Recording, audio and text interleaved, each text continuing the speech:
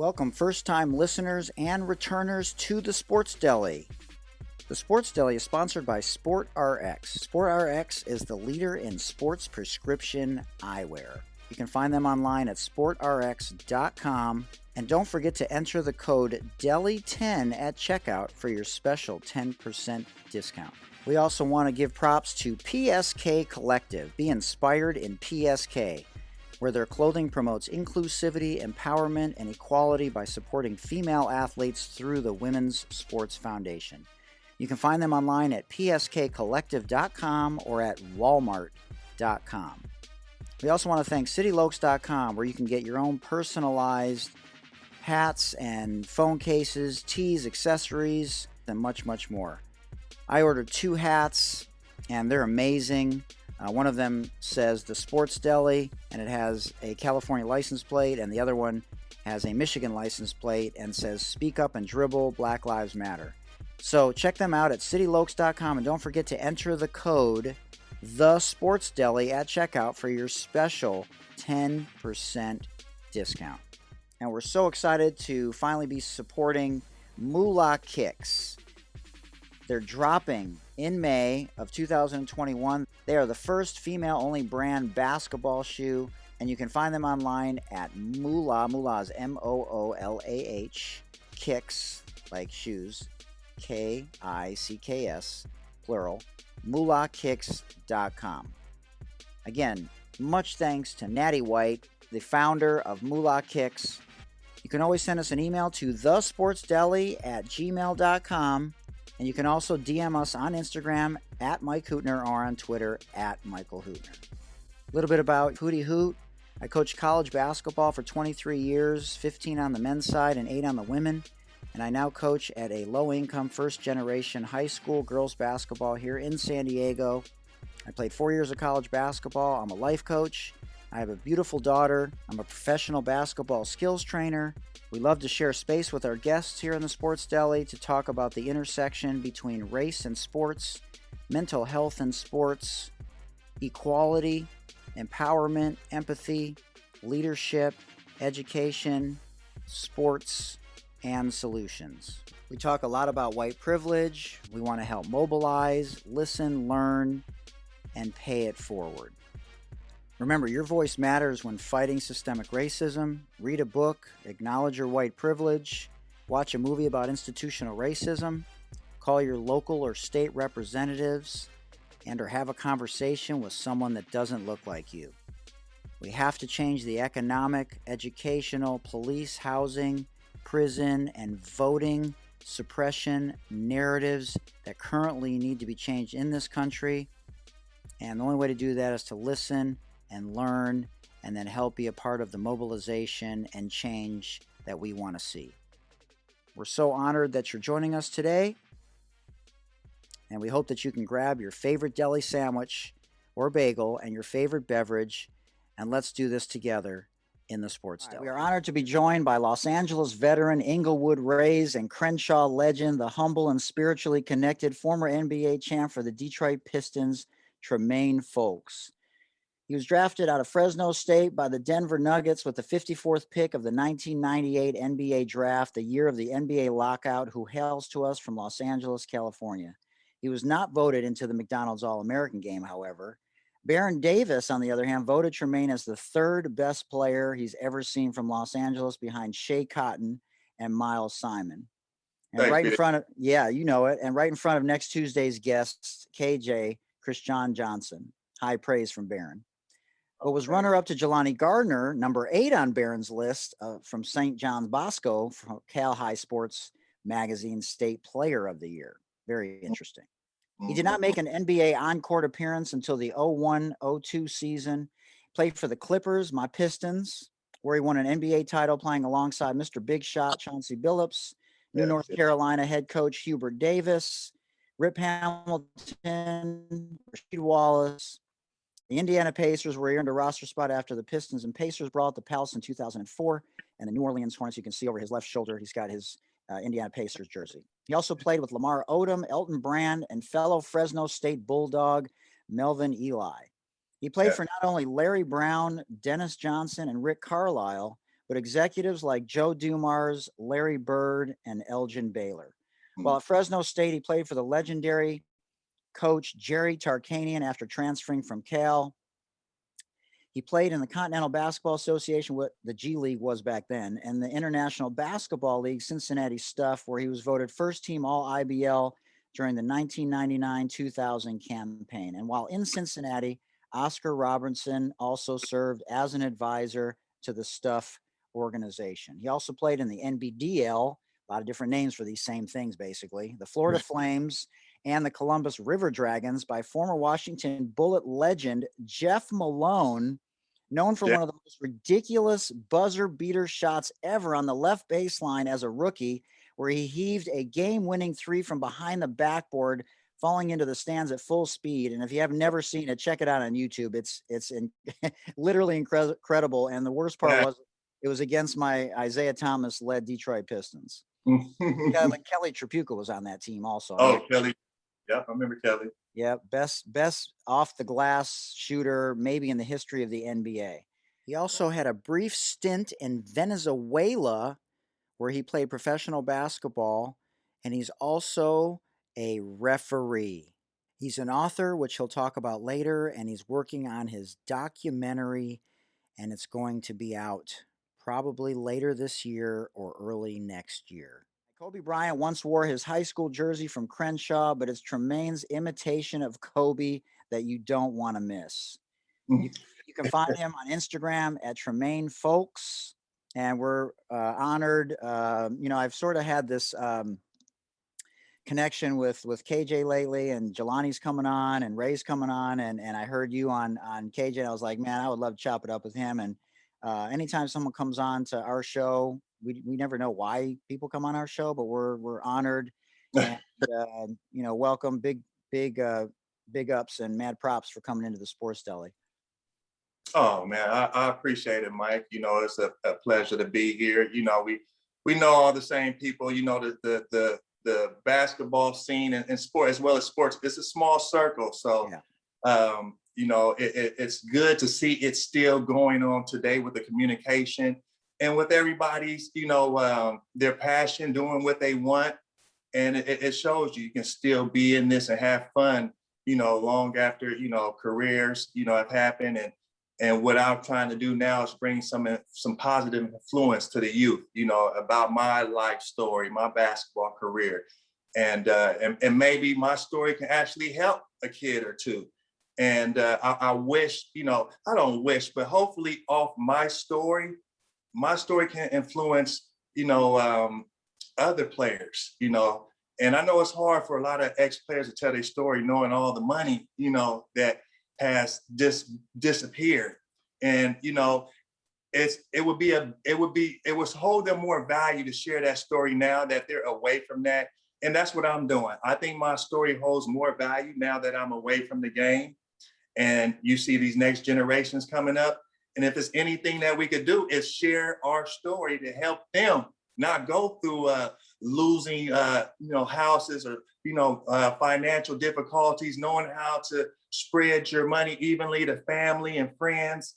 I tell it all, and hopefully my influence will get a couple other guys out the bed and say, hey, Trey, you influenced me to share my story too. So, I won't see the next generation go through the same mistakes I went through.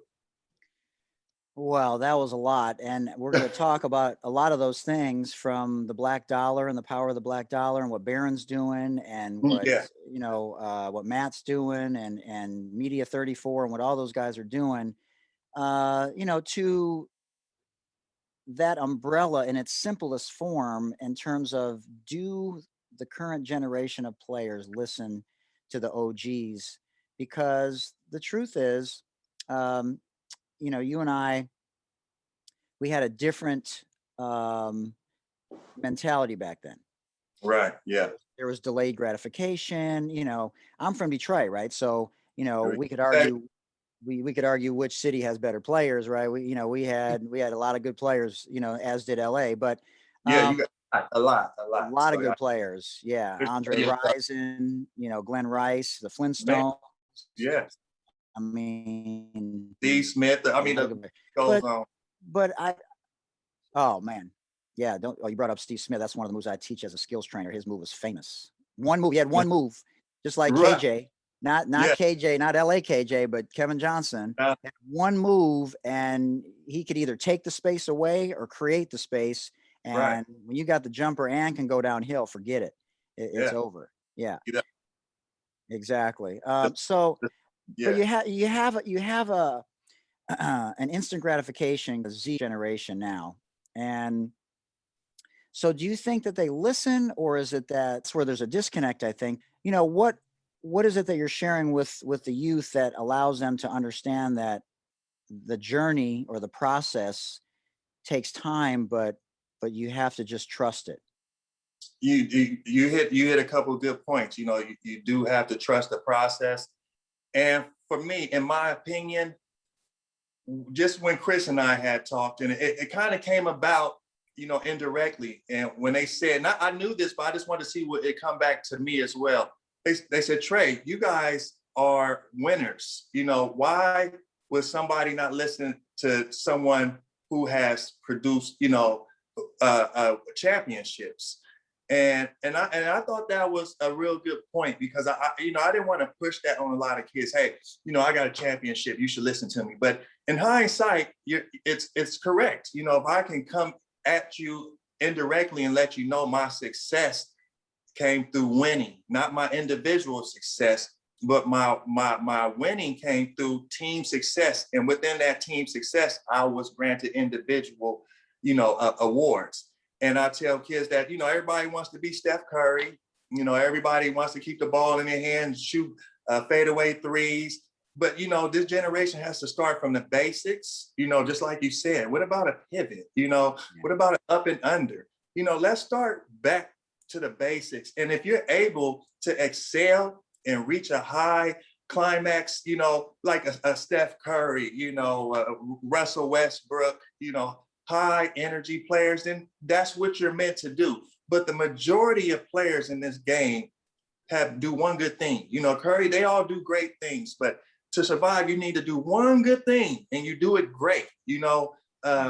Larry Nance Jr., he runs the floor up and, and people say, why is he works hard, and he gets to the boards and he runs the floor. He plays defense. You put that all in that mix right there from him, and he's going to have a job every year. So my thing is, hey, I'm going to put this winning attitude on you, but I also want you to find yourself and know what you think you can excel at. And if it's the little things, the intangible things that will, keep that success going, not for only you, but the team, and that's my thing, Mike. I try to put that in there, and I also try to put a positive attitude. This generation is spoiled. Everybody, my son said, hey, I just need a trainer and I'll be okay. I'm like, hello, I'm right here. What in God's name? What in the world? Right. These you have to just let them speak what they want to speak, and then you come and correct them. Sometimes you just don't want to put it on them too fast. But for me, I'm work in progress now, because I'm coming out more and trying to promote my book, and at the same time, I'm definitely feeling like I'm having a good influence on the kids I'm talking to, and as well some college players that have a chance to play at the next level, if it's overseas, NBA. I think it's a good time for, not only me, you see Chris, I think it's a great time for players to give back in some way, some form, some way. Yeah, a couple of things came to mind. I teach positionless. Mm-hmm. So, I want a guard to be able to go into the high post and rip and go, or a couple jabs and shoot the mid-range, Jimmy Butler-ish, or go in the post and be able to know how to handle themselves in the post, or be able to rock it out on the perimeter. Right. The same obviously goes for the bigs. But Yeah. one thing that was interesting about your journey and what you were talking about that I thought of was, you were a great player in high school. Thank you. Yeah. Well, you earned it. And you had, and we've talked about this one aspect on the show a lot, about people don't go out in the streets anymore and play street ball. They don't get their ass kicked and have to wait an hour and a half before they get on the court again and be pissed about it during that entire hour and a half. And now that everything's timed, You go to your game, you go home, you don't understand and have the appreciation that we necessarily had when I was in Detroit, getting Right. disrespected because I was white and getting disrespected just because, other people were out there and I hadn't earned my stripes yet. Right. Right. Yeah, that comes And, with it. and but having said that, I got cut 3 times. So there's two different kinds of players, in my opinion, whether it's back then or now. And but the common thread is, do you have a why? And so my dad committed suicide when I was 9. Oh, And I hear that. yeah, but I wouldn't say it was the best thing that ever happened to me because that's, sort of cathartic a little bit. But it did motivate me, and I was able to channel my sadness and my anger in a way that would never let me quit, even though I got cut 3 times. I got cut 3 times: middle school, high school, college. Oh, Now, wow. you, on the other hand, were great, and you worked. It's not like somebody gave it to you because you were just athletic or you were tall or something like that. Right. But then to achieve sustained greatness, you had to wait 3 years after college to continue to work to see the floor.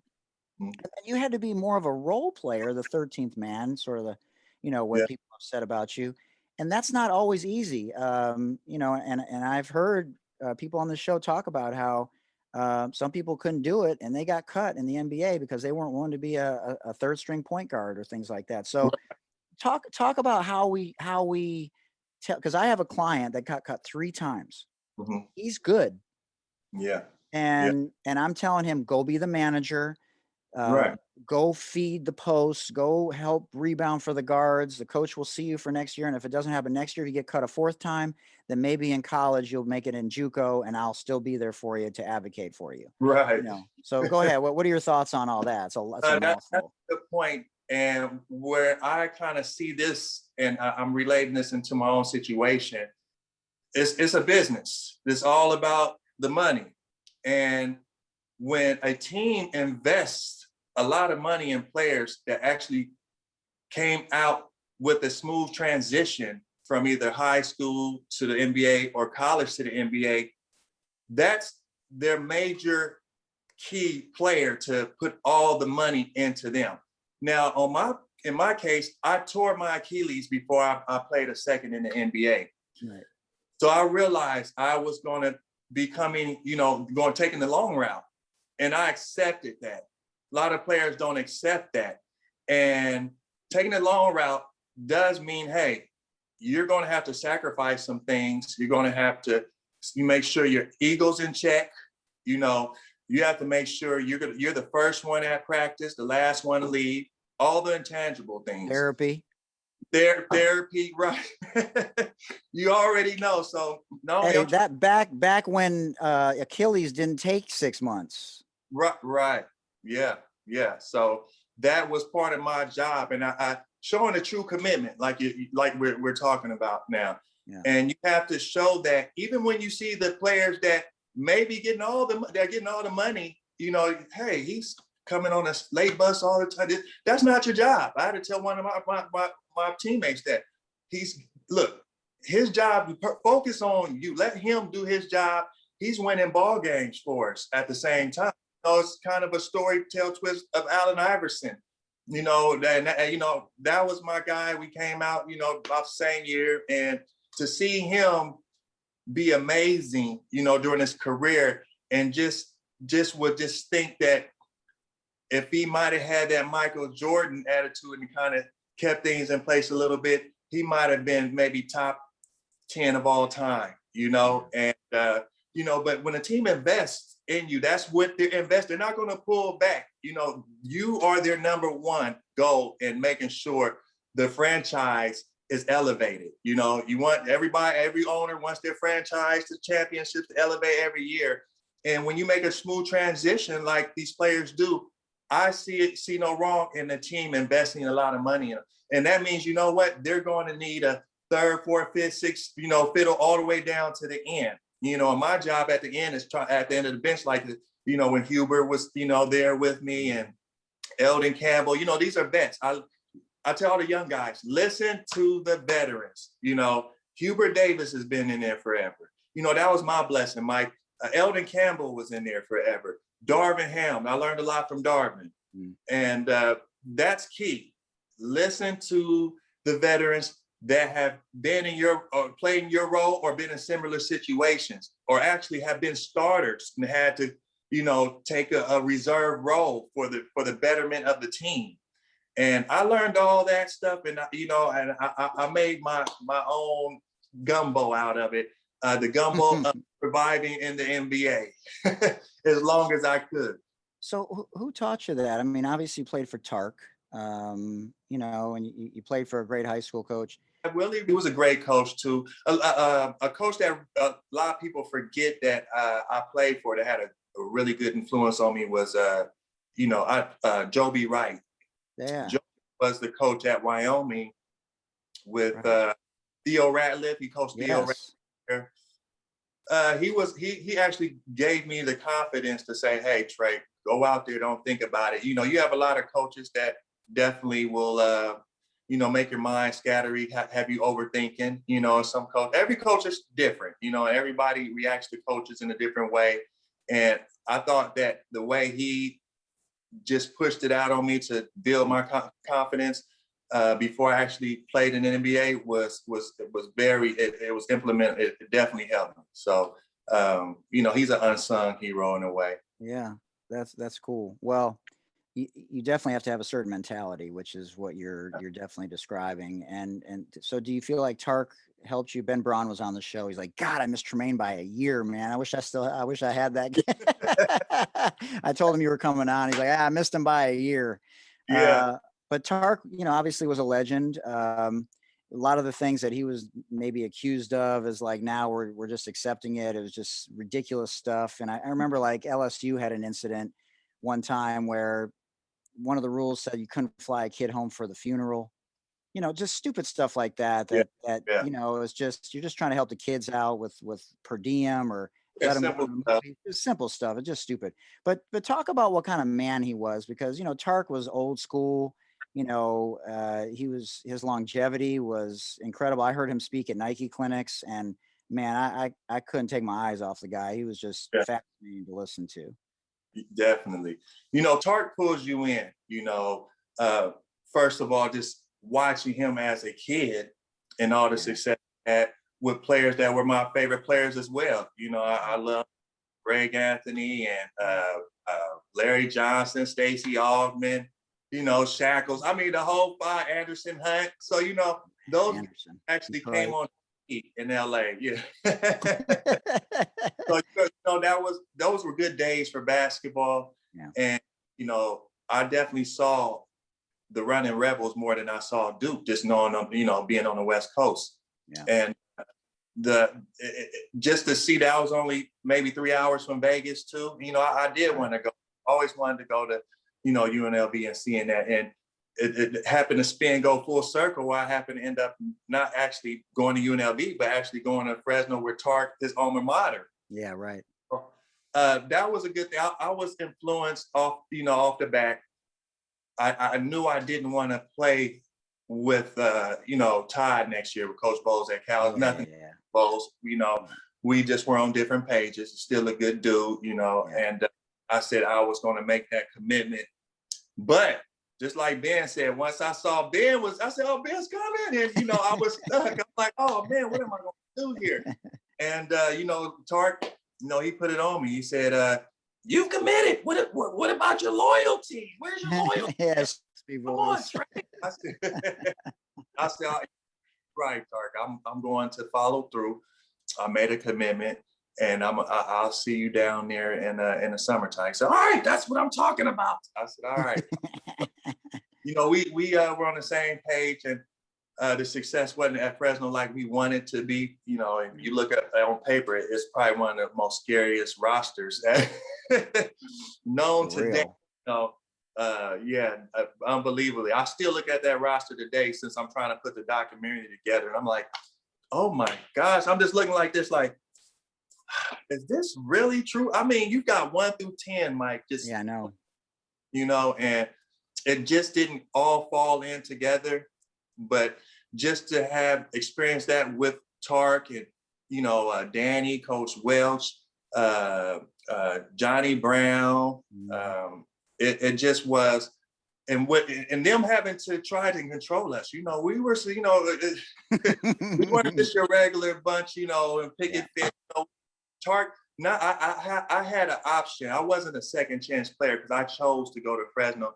Tark actually took a lot of players and gave them second chances. And, that's what he's known for too. He's going to give you a chance, but don't F it up. Don't mess it up. He's going to give you a chance. And it's only so much he can do. And we had a lot of teammates that just couldn't, hang the Damon Forney's, a couple other guys that were just, I forgot his name, but we had some talent on that team. It just didn't fall through. But, we caught on late, went to the NIT, Final Four just to play, to the end of the, playing longer than anybody else was a good, feeling just to end it off at Fresno.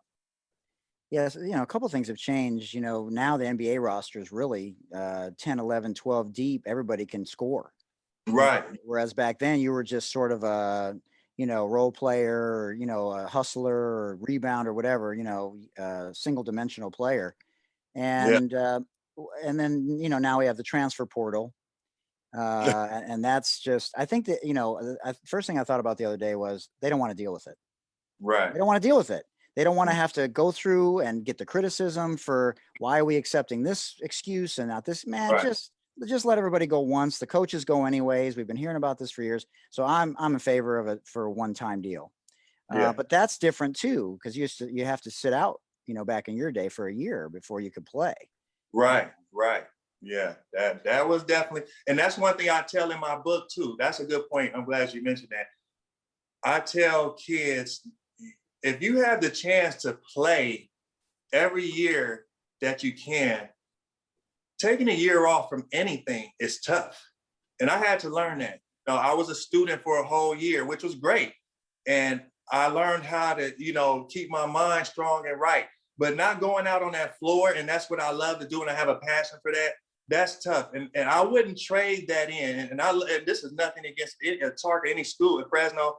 But if I had that chance to know that I would be playing next year and nothing was going to hold me back, Mike, from playing, hey, I was, that close, from making the transition to the next level anyway. So I tell kids in the book, hey, try to not have so much pride in put so much emotions into your decision making of what happened prior to you making that decision. I had a lot of emotions in there, and wanting to leave and get out of there, with Bowles, and I'm demanding, minutes, at Cal, and he's like, oh, I don't know, I'm saying, well, hey, you promised Sharif this and that, and I'm like, hey, just give me this, and we can, take it from there. And not knowing what was going to happen, months after that, I would have just took time, So I tell kids, don't put your emotions in it. Think more of business long term, and hopefully that can help them. It might not. I don't know, but I'm here just to give them that advice. You're listening to an interview with Tremaine Fowlkes from Los Angeles, California. He won an NBA title with the Detroit Pistons, and he will now talk to you about the culture of college basketball. And don't forget to check out our sponsors, sportrx.com and citylokes.com, and enter the code DELI10 for SportRx and The Sports Deli for City Lokes for your special 10% discount. We also want to give a shout out to PSK Collective. You can check them out at pskcollective.com or at walmart.com, and one more major department store that is going to be announced very shortly. And we also want to give a shout out to Natty White's female-only brand basketball shoe, Moolah Kicks. Check them out at MOOLAH, Moolah like money, Kicks like shoes, plural, moolahkicks.com, and you can be one of the first people to purchase them for your daughters or for your girls or women's high school or college basketball teams. And they're going to be dropping in May of 2021. And my team, where I coach at a low-income first-generation high school here in San Diego, we are going to buy the inaugural pair of the Moolah Kicks for next season. Now back to this incredible interview with Tremaine Fowlkes, former NBA champion, joining us today in the Sports Deli. So do you think coaches have to approach things differently now in terms of the culture? HBCs are landing kids. Kenny Blakeney's getting some kids at Howard, and kids are considering different options. There's another league besides the G League that people can go to, make $100,000 a year, Right. and have different options to go overseas, like one of the Ball brothers did. Mhm. So I coached college basketball for a long time, and as much as I wanted the kids to come and visit lots of places and be certain about their decision, I wanted them to come for me. And I Right. wanted them to like who I was and feel like I cared about them outside of basketball. And Right. so, I think those are the coaches that are going to have more success. Even Coach K, I saw just grab someone out of the portal. He's probably Yeah. livid. He's like, Yeah. God, I got to do this transfer stuff. Rashawn McLeod was on, and he was the first guy that ever, went to Duke, as a transfer. And, it's a different time. You have an old school mentality with a lot of these coaches, with the new kids, like I said earlier, and it's definitely interesting. So, talk a little bit about your journey in the NBA. You tore your Achilles. You were sort of a journeyman, and you had a lot of different experiences. To share with us, the story maybe that you went with KJ in a snowstorm, or to you have some different stories, right? Oh yeah, we had. I mean, I was, those stories I could have been on live all day with Chris because he was for a lot of them. Which I told him, I said, man, you were there for the high school, the college, and you both were there trying to grind our way to the NBA. Yeah. Well, we'll blame that past trip on KJ. KJ, my boy, I'll pick somebody else. Oh yeah, you already know the history with KJ. I'm always a Chris fan. He saved us a lot in modern day, man. So against me, so we go way back. Yeah, definitely. So yeah, he was there for a lot of that journey, and the journey was just a roller coaster ride, like most of us. I'm thinking I'm gonna be a lottery pick coming from Cal or close to a first rounder, and then I end up taking a step backwards to try to take a couple more steps forward. And I love that I stayed in California, during my college career. Yeah. I was able to stay there and play with, Tark, not close, I wasn't far away from home. That was awesome. But coming out of college, right about then, I wasn't, my status, I would say I was probably a late first round to maybe not even getting drafted. And it kind of showed that, I had some things that where I wanted to go right for me. Eddie Jordan has said, hey, Trey, we're going to pick you up, with the Kings. And, with the 32nd, 33rd pick, and he gets fired the day of the draft. So I'm like, okay, I don't think anybody's going to pick me up. I only worked out for a couple of guys, nobody in the 40s or the 50s. So I know me and Ryan Bowen got drafted with Denver with the back-to-back picks in 98. And, back then you had Nick Van Exel and McDyess. They had a good squad, So I'm like, this is special, man. Yeah. And things didn't work out. It was a lockout year. You remember the lockout year. So a lot of things didn't work out during the lockout year for a lot of guys. So I didn't take it personal. What I did, I said, I'm going to take this step by step, and financially, I didn't have the money then. Of course, you struggle until you actually get a guaranteed contract. Yeah. And right when I felt I was getting my niche, I played in the IBL for the Cincinnati stuff. That's where I believe Oscar, had that team, part of that team. And he ended up liking me so much, Mike, he invited me to an NBA Legends tour. Wow. And you had Spud Webb, Dominique, Rolando Blackman. You had guys, and I was just like, oh, I was flabbergasted. So I'm like, this is special. This is a moment in time. And we went to Shanghai, and I'm having the best time of my life. Next thing you know, I'm having the worst time of my life. I tear my Achilles in practice. And I just remember seeing Rolando Blackman just walking the other way and shaking his head just like this. He's like, because he already knew I never tore an Achilles. So I'm thinking, hey, maybe this is a funny ankle sprain, right? But then I'm like, well, if my leg is not cooperating. Right, it's different. So, those adjustments that, having to try to bounce back off of something that I never had, an injury I had. I never was really injury prone. And so that really kind of set me and I had to kind of just have a mind, body, and soul type of experience to try to see if this is what I really wanted to do. Because I said, I'm probably just going to coach now. Everybody's telling me. I remember Tyrone Lue said, "Oh, you tore your Achilles? You're done." I'm like, "Oh, well, thank you." So, I just had these mixed feelings on the torn Achilles, and nobody's saying like, you're going to come back and you're going to be twice as strong. Nobody comes back twice as strong off an Achilles tear. So, a lot of reality had to set in, Mike. And my thing was I was going to give it a good run, and it came kind of full circle, slowly but surely, having to come back in first game, play with the Harlem Globetrotters. Joby had coached the Globetrotters, and I said, if it's anything I need to do just to get on the court, that was an option. Because you had your trick team, your fun team, but then you had your competitive team that played the colleges. You remember at the preseason? Yep. So that was kind of a perfect time. And then I got on with Joby. I played a couple games. Wow. Didn't play much, but it was just fun to get on the court. And yeah. You remember the Globetrotter days? I remember both those teams. Heck yeah. Yeah.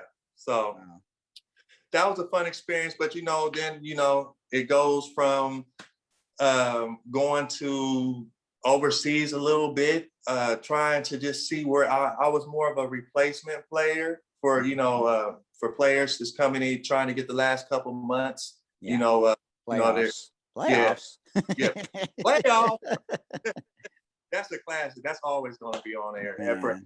And I ain't made that more of a meme these days. Yeah, really, man. Can you imagine? Right, real. So, the journey, it was a daily journey with passports, here and there, not coming back with the most money, but enough money to come back until I find the next job. And that landed me in Sacramento, to work out with Gus Armstead. Son plays for the Niners, Eric Armstead. And Gus is a trainer, he trains everybody. And I end up coming out here because my girlfriend was in Sacramento at the time, my kid's mother. And it kind of worked all together. Like, okay, well, I'm coming out here with her. I'm able to rehab out here. I'm able to find Gus, the trainer. And I really came into my own because I wasn't in LA trying to, you don't want to be in LA when you're not producing the results that people you're expecting, So gave me a time just to really get things, all in one and concentrate on trying to get back, man. And, I went overseas. This is probably the end of the story now. I went overseas and to Greece. At that time, Bill Duffy was Bill. I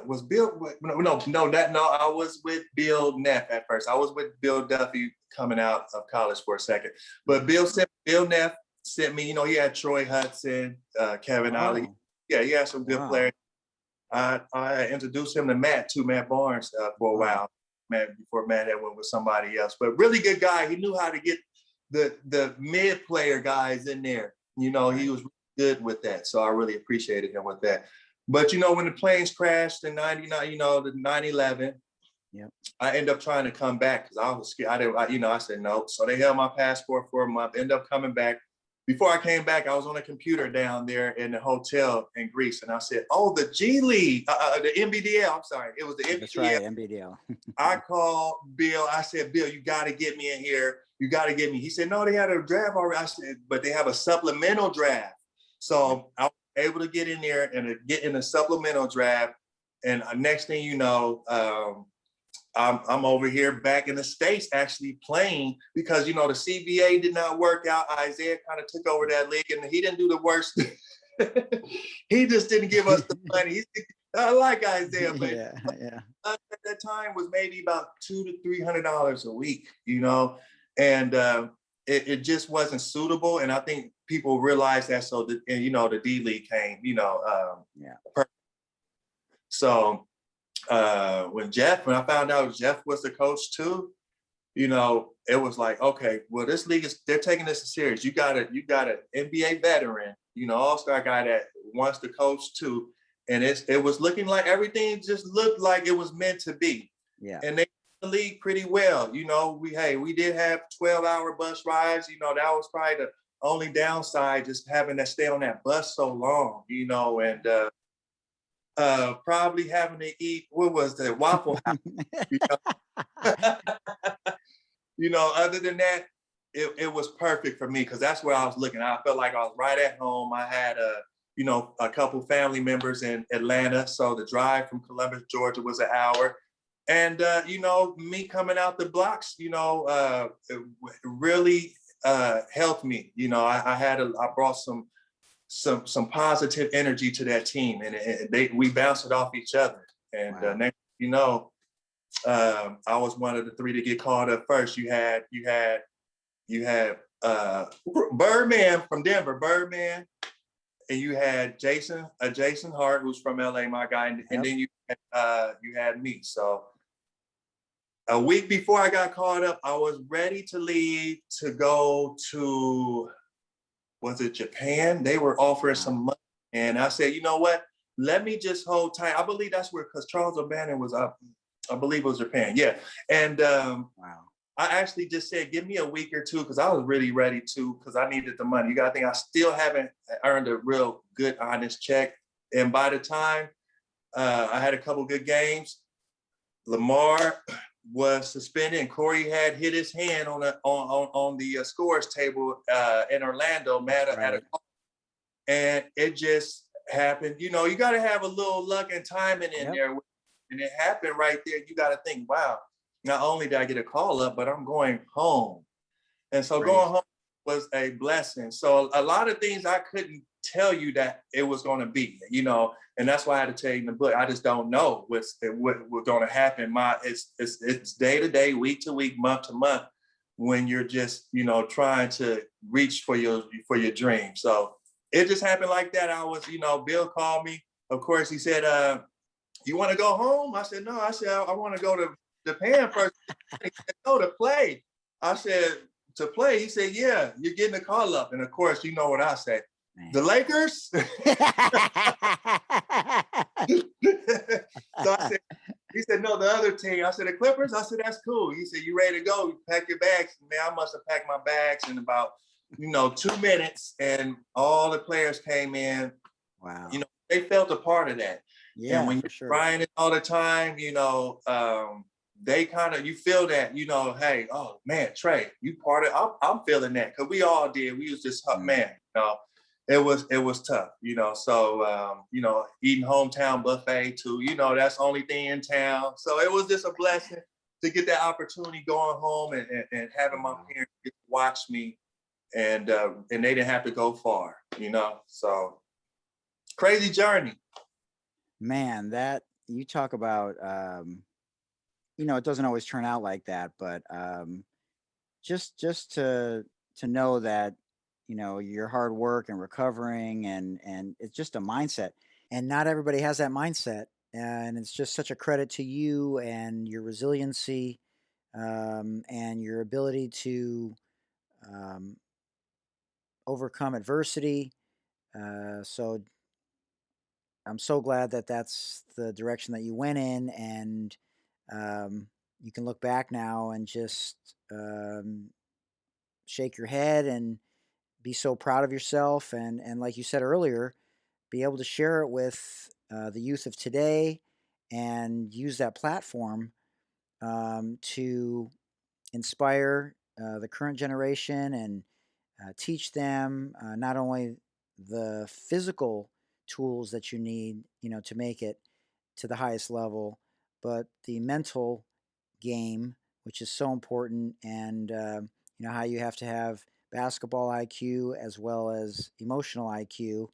Otherwise, you'll never be able to overcome the tough times, because everyone faces those lightning bolts that Pat Riley always talks about, and those speed bumps that are inevitably going to come along. So that's the end of part 1 of this incredible interview with Tremaine Fowlkes. We hope you enjoyed it, and we hope that you listen to part 2 of the interview with Tremaine Fowlkes, former NBA champion with the Detroit Pistons. Just an honor to share space with him.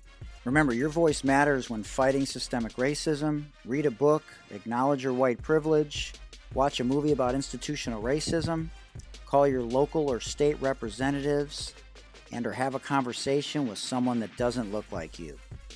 We have to change the economic, educational, police, housing, prison, and voting suppression narratives that currently need to be changed in this country. And the only way to do that is to listen and learn and then help be a part of the mobilization and change that we want to see.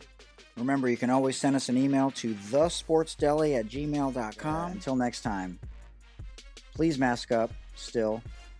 Remember, Black Lives Matter. Peace.